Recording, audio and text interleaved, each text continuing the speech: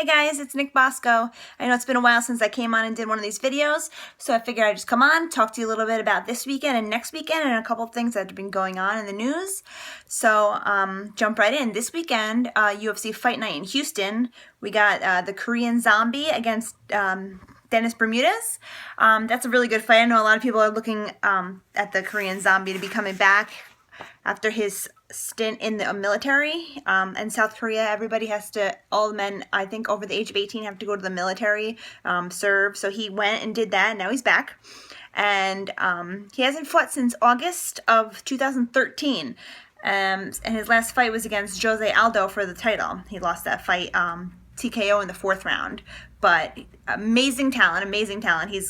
Depending on how he looks when he comes back, hopefully if he looks the same, then he'll be rising right up into a very difficult division. I'm very excited to see him possibly rematch Jose Aldo again in the future. Jose Aldo's the champ again, not still. He lost the belt there for a little bit, but that's a very interesting fight. Also on that card, one of the fights that interests me the most is Jessica Andrade versus Angela Hill. When they first tried to get this fight together for UFC 207 in January, but Hill wasn't able to fight because of the US ADA, the USADA ruling about drug testing when coming back to the UFC. She was part of the UFC. She was actually on The Ultimate Fighter, the season for the strawweights. She was released from the UFC after a couple losses, went to Invicta, worked her way up to the championship in Invicta. She now holds the belt in Invicta. They tried to get her into that fight against Jessica Andrade after her opponent fell out, tried to get her in January. They said she needed 4 months testing. Now, USADA is saying that they're waiving the testing period because she didn't choose to leave the UFC. The UFC dropped her. So it wasn't her decision to leave testing. So it's not like shady. It wasn't her choice. It was the UFC's choice. So now they've chosen to bring her back. She'll be fighting.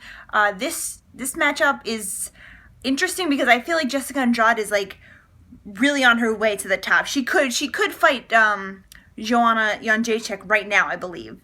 This woman is amazing. Her power is like nothing in the 115 division. She actually started her career at 135, dropped down to 115. I'm sure she could fight at 125 if that were available. So strong at 115. That fight's definitely one I'm interested in. The second thing I wanted to talk about was the UFC 208. That's next weekend, February 11th. Holly Holm versus Germaine de Randamie. And I will be there. I'm going to be there for the open workouts, for the weigh-ins, for the fight. I'm hoping to be bringing you guys some good footage. I'll try and get some pictures, some interviews if I can. So stay tuned to my YouTube channel. Subscribe if you want, please. Also, Anderson Silva. That was one of the best news I could hear added to this card. Anderson Silva, I've been wanting to see him fight in person for a really long time, so I was excited to see him come back. He recently did an interview in Rio de Janeiro about this upcoming fight and his future. He believes if he beats Derek Brunson at UFC 208 that he could be in line for a title shot.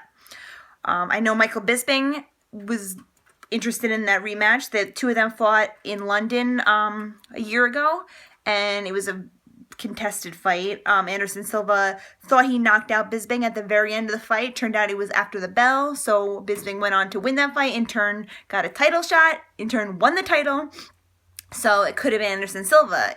So I would love to see those two rematch each other, although the UFC just announced that Michael Bisping will be fighting Yoel Romero, supposedly, sometime, I believe in May, they said. So that Michael Bisping is going under surgery for his knee, or he just had surgery, so he'll be back in the spring. So if he fights Romero, then possibly if Anderson Silva wins, he believes he is in turn for a title shot as well. That brings me to another point. I don't know if you guys had a chance to read my latest article about Fight Talk. I believe this is a big issue in the UFC right now. I believe that fighters can talk their way into title shots. It's happening more and more.